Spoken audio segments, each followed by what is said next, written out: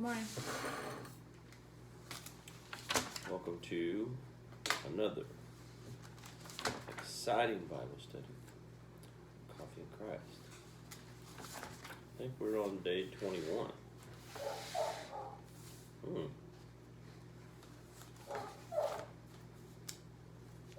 are in... That'd be Lucy in the background.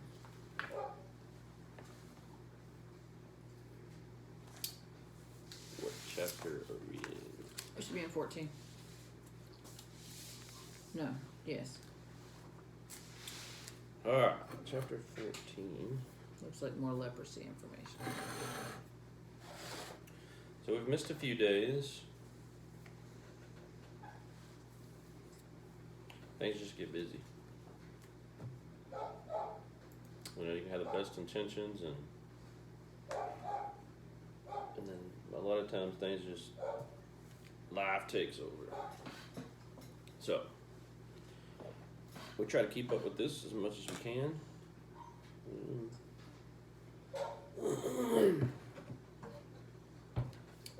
Yep.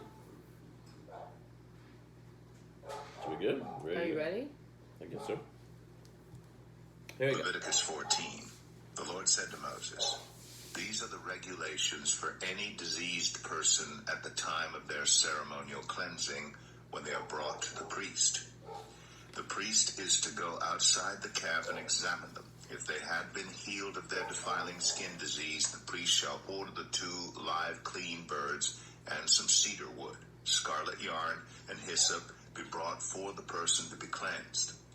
Then the priest shall order that one of the birds be killed over fresh water in a clay pot. He is then to take the live bird and dip it together with the cedar wood, the scarlet yarn, and the hyssop into the blood of the bird that was killed over the fresh water. 7 times he shall sprinkle the one to be cleansed of the defiling disease, and then pronounce them clean. After that he is to release the live bird in the open fields. The person to be cleansed must wash their clothes, shave off all their hair, and bathe with water. Then they will be ceremonially clean. After this they may come into the camp, but they must stay outside their tent for 7 days. On the 7th day they must shave off all their hair. They must shave their head, their beard, their eyebrows, and the rest of their hair. They must wash their clothes and bathe themselves with water, and they will be clean. On the 8th day they must bring 2 male lambs and 1 ewe lamb, a year old, each without defect, along with 3/10 of an ephah of the finest flour mixed with olive oil for a grain offering, and 1 log of oil. The priest who pronounces them clean shall present both the one to be cleansed and their offerings before the Lord at the entrance to the tent of meeting. Then the priest is to take 1 of the male lambs and offer it as a guilt offering along with the log of oil. He shall wave them before the Lord as a wave offering. He is to slaughter the lamb in the sanctuary area where the sin offering and the burnt offering are slaughtered. Like the sin offering, the guilt offering belongs to the priest. It is most holy. The priest is to take some of the blood of the guilt offering and put it on the lobe of the right ear of the one to be cleansed, on the thumb of their right hand, and on the big toe of their right foot. The priest shall then take some of the log of oil, pour it on the palm of his own left hand, dip his right forefinger into the oil in his palm, and with his finger sprinkle some of it before the Lord 7 times. The priest is to put some of the oil remaining in his palm on the lobe of the right ear of the one to be cleansed, on the thumb of their right hand, and on the big toe of their right foot, on top of the blood of the guilt offering. The rest of the oil in his palm the priest shall put on the head of the one to be cleansed and make atonement for them before the Lord. Then the priest is to sacrifice the sin offering and make atonement for the one to be cleansed from their uncleanness. After that, the priest shall slaughter the burnt offering and offer it on the altar together with the grain offering and make atonement for them, and they will be clean. If, however, they are poor and cannot afford these, they must take 1 male lamb as a guilt offering to be waved to make atonement for them, together with 1/10 of an ephah of the finest flour mixed with olive oil for a grain offering, a log of oil, and 2 doves or 2 young pigeons, such as they can afford, one for a sin offering and the other for a burnt offering. On the 8th day, they must bring them for their cleansing to the priest at the entrance to the tent of meeting before the Lord. The priest is to take the lamb for the guilt offering, together with the log of oil, and wave them before the Lord as a wave offering. He shall slaughter the lamb for the guilt offering, and take some of its blood, and put it on the lobe of the right ear of the one to be cleansed, on the thumb of their right hand, and on the big toe of their right foot.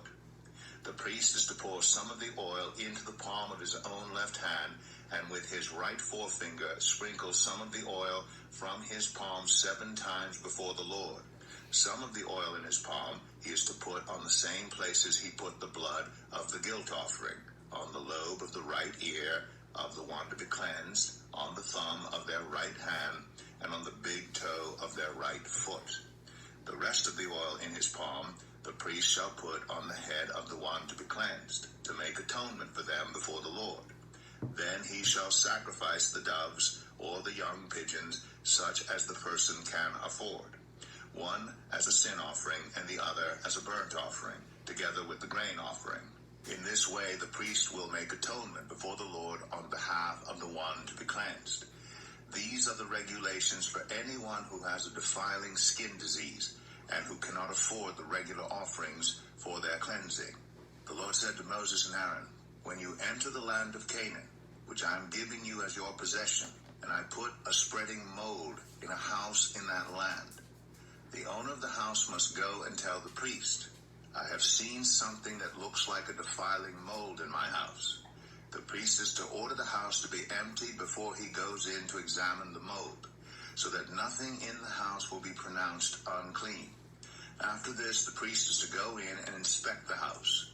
He is to examine the mold on the walls, and if it has greenish or reddish depressions that appear to be deeper than the surface of the wall, the priest shall go out of the doorway of the house and close it up for 7 days. On the 7th day, the priest shall return to inspect the house. If the mold has spread on the walls, he is to order that the contaminated stones be torn out and thrown into an unclean place outside the town.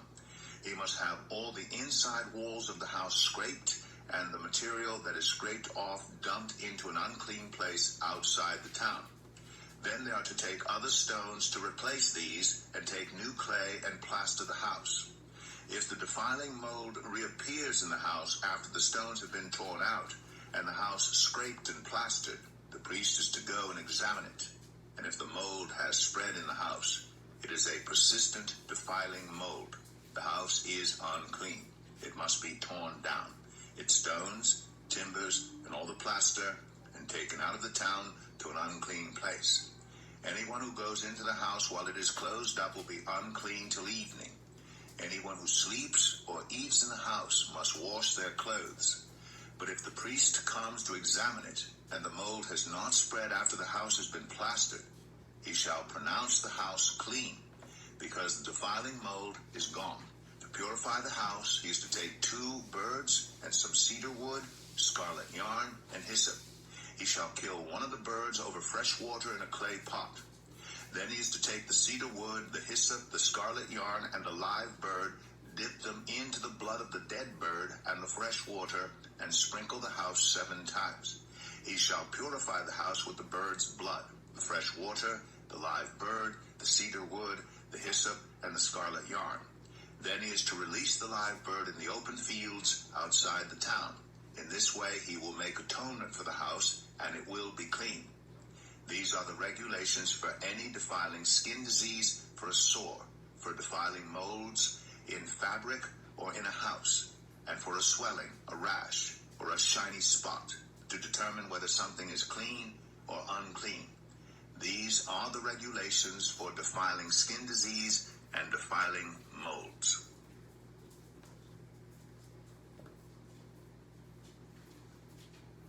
So do you think that the bird that was dipped and released for symbolism took it with him? I don't know, because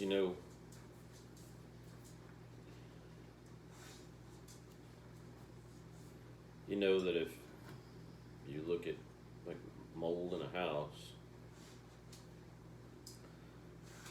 that they would consider, I guess, defiling mold back then. You know, it takes straight chemical to get rid of it. So I don't know. I wasn't sure when they said 7 days. How does locking it up for 7 days? I mean, To me, I mean, locking it up for 7 days to me Would make it would worse? make it worse because you're closing it up, the moisture. oh, that was the Any- determination if it was defiling mold or not. Oh, I think. Hold on. I mean, if there was any moisture in it, then it would breed. You know, the mold would breed. It'd multiply. So I don't know. We totally overlooked the fact that, okay, so they brought up, the Lord said to Moses and Aaron, when you enter the land of Canaan, which I am giving you as your possession.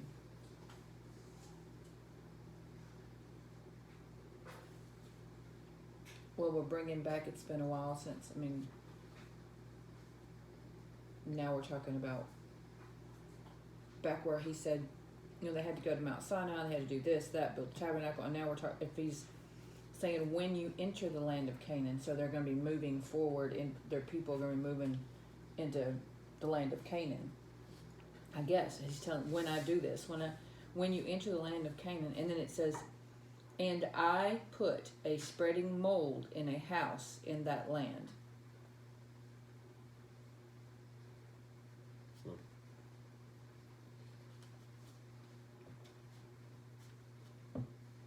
I mean, is that just stating that he does everything, or is there a purpose? Isn't it to run the people out of? Well, no. Originally, that's what I would have thought, so he could move them out of that, because it says it. Okay, so it says, I put a spreading mold in a house in that land. The owner of the house must go and tell the priest. I have seen something that looks like a defiling mold in my house. The priest is to order the house to be emptied before he goes in to examine the mold. But at first, when he was reading, I thought, oh, this is how they're going to get the homes. He's going to spread the mold, it'll go away, you know what I mean? But I guess not. There's got to be another purpose here. Do you have any notes? Huh?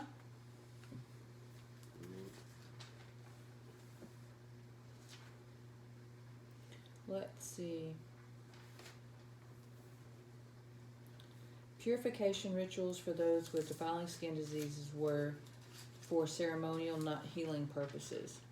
The priests had the responsibility of examining the person and pronouncing him healed.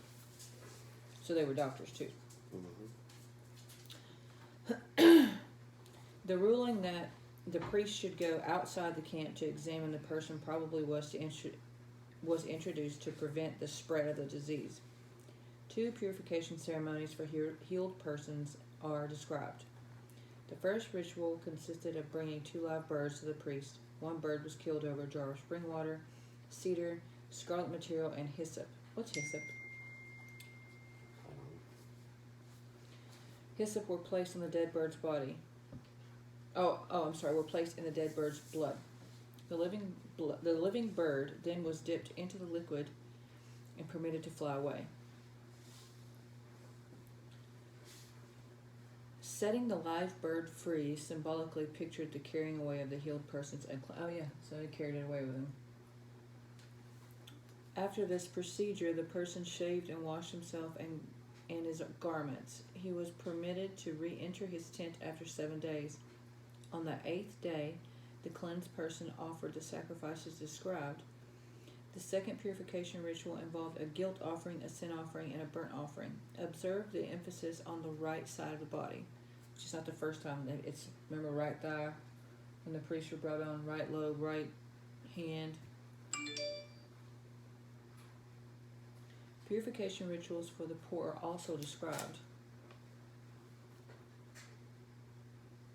That's what I got. Ready?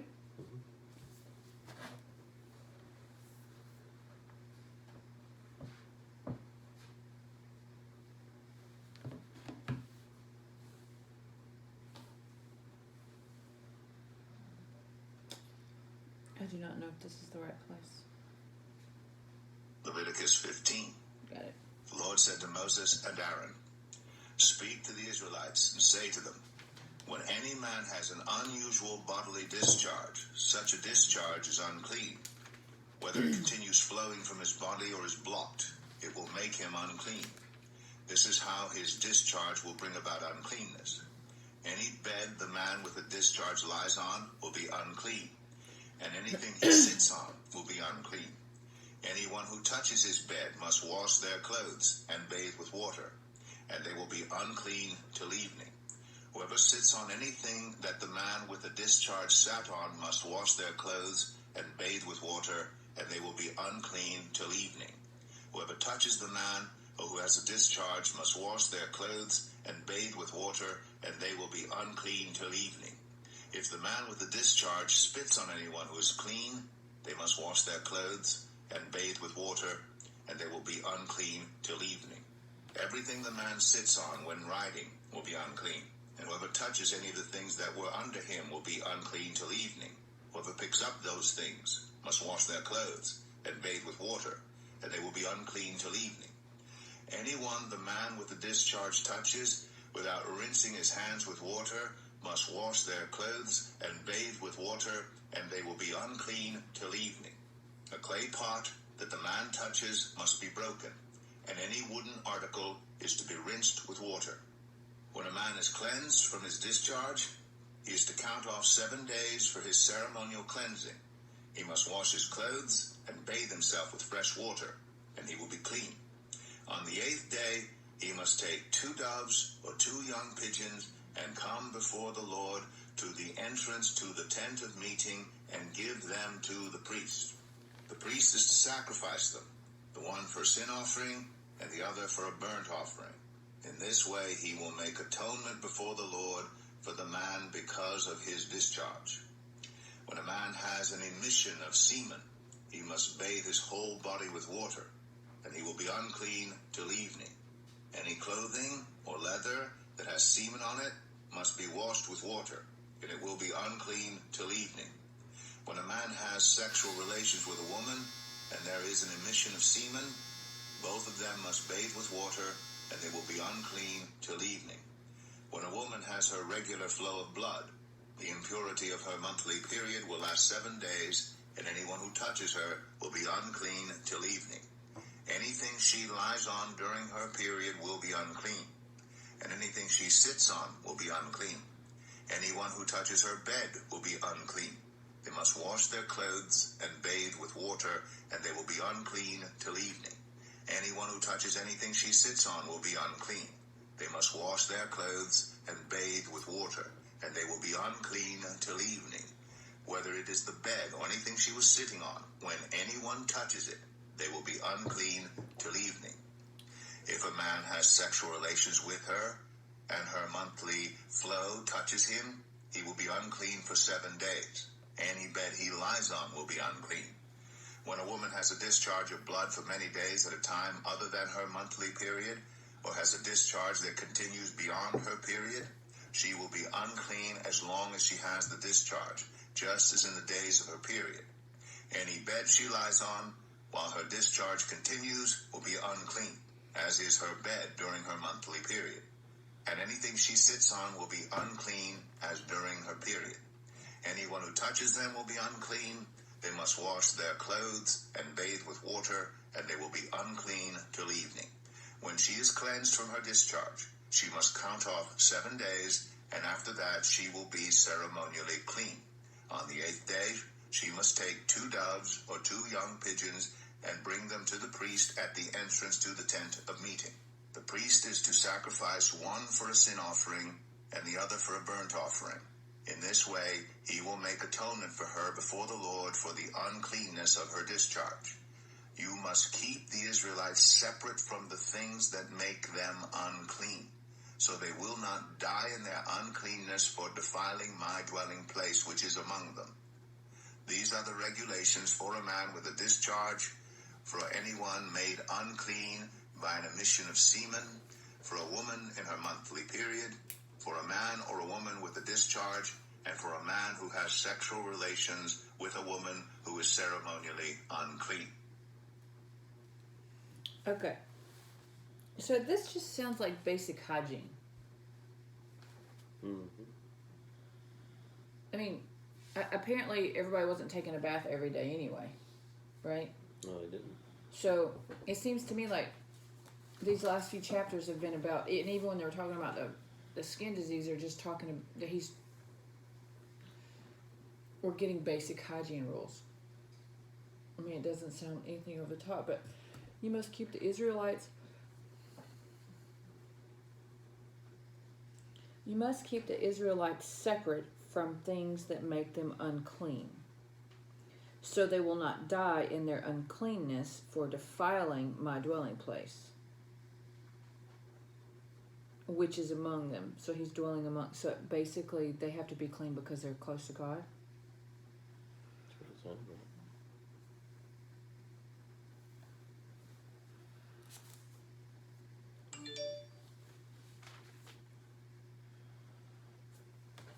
You got anything? Leviticus 15. Okay.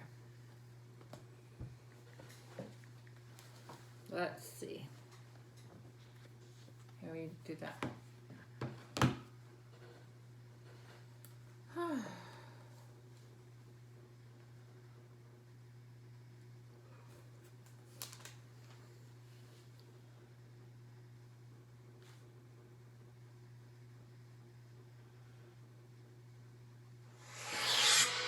Hey Bible readers, I'm Tara Lee Cobble and I'm your host for the Bible Recap.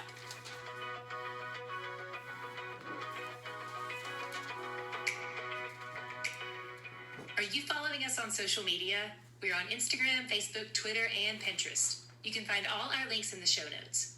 We also have a great discussion going on over on the Facebook group for our Patreon supporters. As you can imagine, we get lots of questions across the various platforms, and since we're unable to get to all of those, we're really trying to direct everyone to our Patreon discussion group. It's just $3 a month. Regardless where our paths cross on social media, I would love to see who you are. Post a picture and tag the Bible Recap. And if you're feeling feisty, you can even tag one of your friends that you want to join you. Today we see that for those who have been made clean, they bring an offering to God. It's an act of gratitude, but it's also more than that. I know these laws may seem super detailed and frustrating to read through, but don't lose sight of the point of it all. God is perfect and holy. We are not. And there are many ways we are not. Some are sinful, and some are just because we live in a fallen world, and sometimes you get mold in your house when the world is broken. But even that mold served as a reminder of the fall, and it has to be atoned for. It has to be covered. There are lots of offerings required. The leprous person brings an offering when they're healed, but people also bring an offering for their houses when the house is purified. With any of the various discharges, there's an offering. But again, these things don't indicate sin, but they serve as reminders to God of the fall. There was a sin Reproduction offering. and all its affiliated fluids are not gross or sinful. God ordained them. But even the best parts of God's plan have a kind of brokenness attached to them now. You may remember this from when God laid out the curses for Adam and Eve.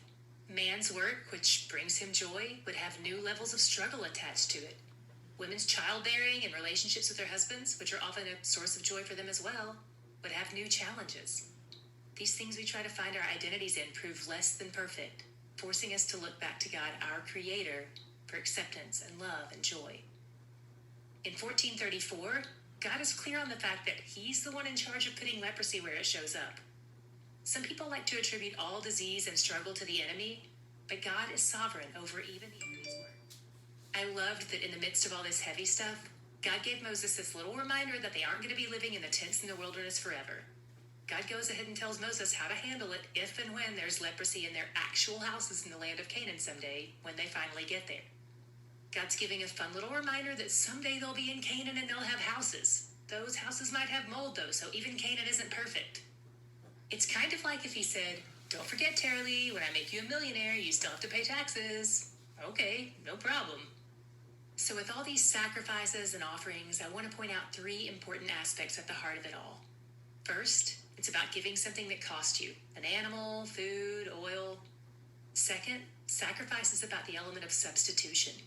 Something else is covering the debt for your sins. When ancient Jews performed these sacrifices, they were essentially saying that the things being done to this animal are what they actually deserve themselves.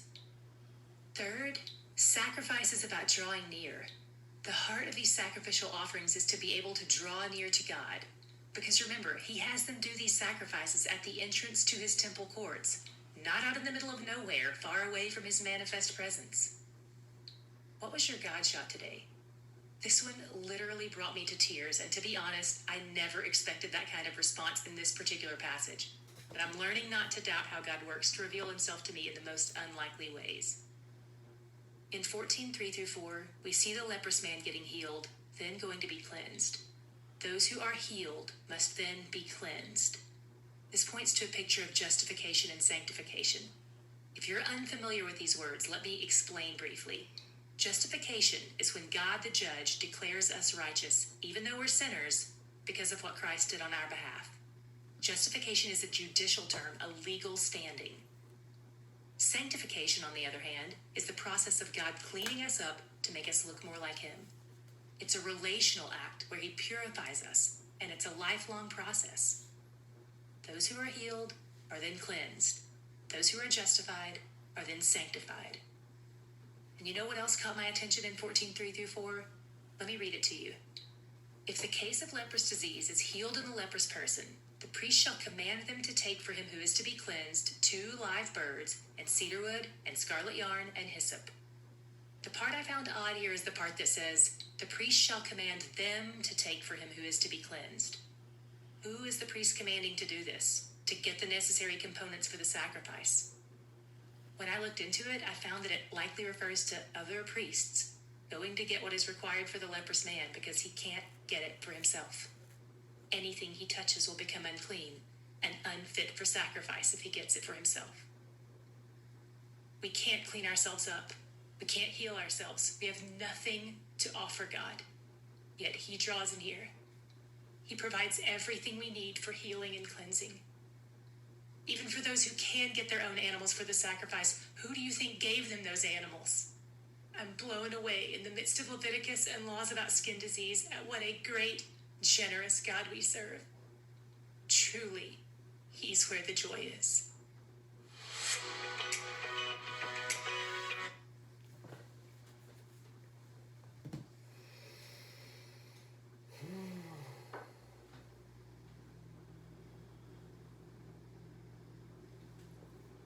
Is this one of those that were just kind of, there was a lot of, the only thing that really stood out to me, I mean, because I know this is all stuff we have to read to understand, but the only thing that really stood out to me was when he said, hey, when you get to the land of Canaan. And that was like his way of saying, like I said earlier, hey, we're moving, we're going there. Because he had promised the land prior. And then that you must keep the Israelites separate from things that make them unclean, so they will not die in their uncleanliness for defiling my dwelling place, which is among them. Saying that he's among us, so you have to be clean. I mean, the rest of it just kind of sounds like hygiene to me. I think that's kind of how leprosy started, wasn't it? It was just hygiene. I don't know. Because they had a whole leper island somewhere. At some point, they just sent them all off the island. So I don't think they got cleaned or healed as much. Well, that could have. If you look at it, since you said that, you're thinking, okay, well, he's giving, God saying this is how you have to. I mean, the cleansing ceremonies were ceremonial, so he's telling everybody to wash your hands if you touch somebody, wash your clothes. You know what I mean? It's like those who listened, and those who did not. And it got them in a bad way because of leprosy. I don't know a lot about leprosy, but I think anybody, at least at our age, maybe the younger generations don't know, but you hear leprosy and you just go, ooh. think it was just a hygiene. So I think what started it, just being dirty. All right. This was an exciting read. Thank you guys for joining us, and we will see y'all on the next one.